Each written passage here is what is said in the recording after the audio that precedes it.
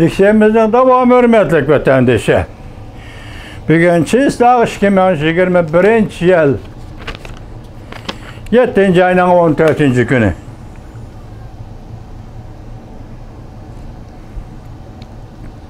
Batarya içilip kaptı ki yine keyfiyatım bozuldu da tövdeyim ben müştaq vatandaş. Da ciddi meselelerini sözleydiği vaxtda batarya kaçlık kıldı. Yukarı liksiyenin devam hürmetlik vatandaşı. Bayanat da mundaq görürsüldü, yani Türkiye tarafından bayanatı da. Erdoğan mundaq görsetti.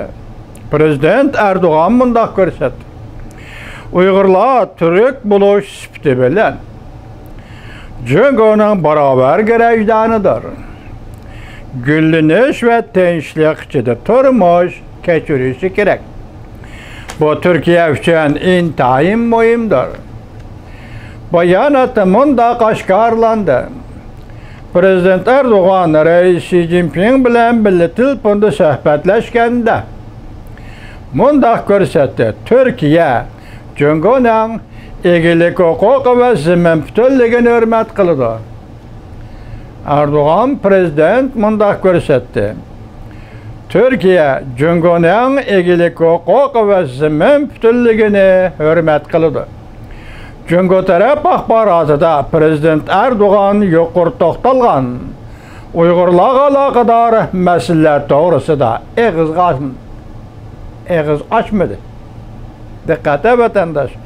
Çünkü taraf axbaratıda Prezident Erdoğan yuqurda toxtalgan Uygurlarga alaqadar meseleler doğrusu da ağız açmadı. Türkiye Cumhuriyeti Prezident Mahkemesi'nin bayanatında mundaq görüstüldü. Türkiye ve Cumhuriyet devlet rehberleri energiye, soda, katnaş, yani nakliyat ve seyye qatarlı sahalarda hemkarlaşış doğrusu da muhakeme edilip vardı. Bayanatı mundaq görüstüldü. Prezident Erdoğan da Reis Xi Jinping'e mundaq dedi. Türkiye bilen Cumhuriyet oturuşu da intayın zor soda ticaret terakkiyatı ve diplomatik münasebetlerinin yoşurun küçü var.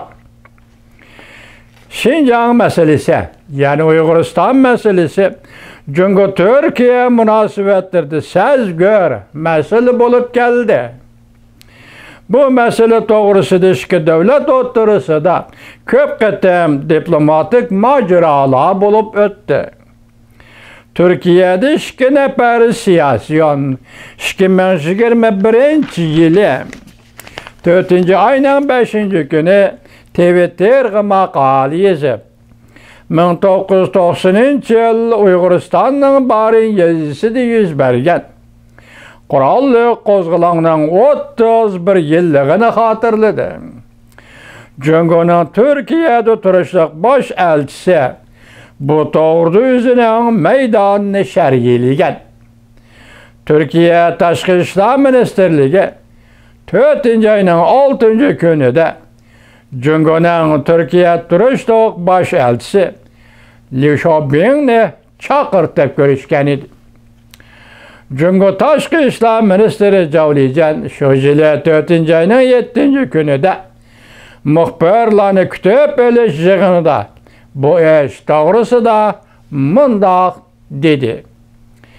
Növbette Türkiye'de ayrım kişiler Twitter'de makale yazıp teröristlara yargılayak bulup Cumhuriyet'in egelik hukuku ve zemin bütünlüğüne xeres ilan kılıp hatta Cumhuriyet'i parçalaydıgan aşkarı ibarlarını, söz ibarlarını işiltip kutratqılık kıldı. Bu bayanatını Xitay hükümeti şu vakitte, yani kaçıncı yılıda 2001 yılı 4. ayının 5. günü, 4. ayının 6. günü, 4. ayının 7. günü Cavlican'ın bayanat. Şunun karta Cavlican bayanat ilan Cumhuriyet'in Taşqi İşler Ministerliği. Anladınız vatandaş, mübarek olsa. Türkiye Cumhuriyeti'nin Prezidenti Erdoğan alileri Sizni ham alqishlaymiz. Rais Xi Jinping suhbat ustiga kelgan bo'lsangiz, alqishlaymiz.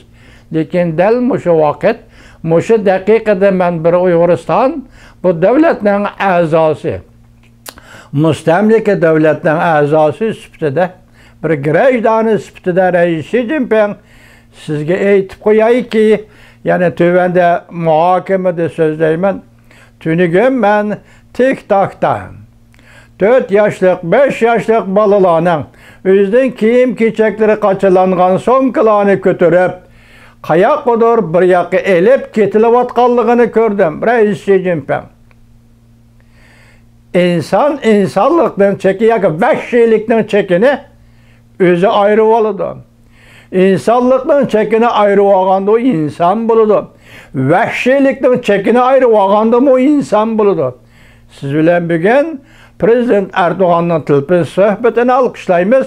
Bu 4 yaşlık, 5 yaşlık balalarını qayerga elib borasiz, Rais Xi Jinping?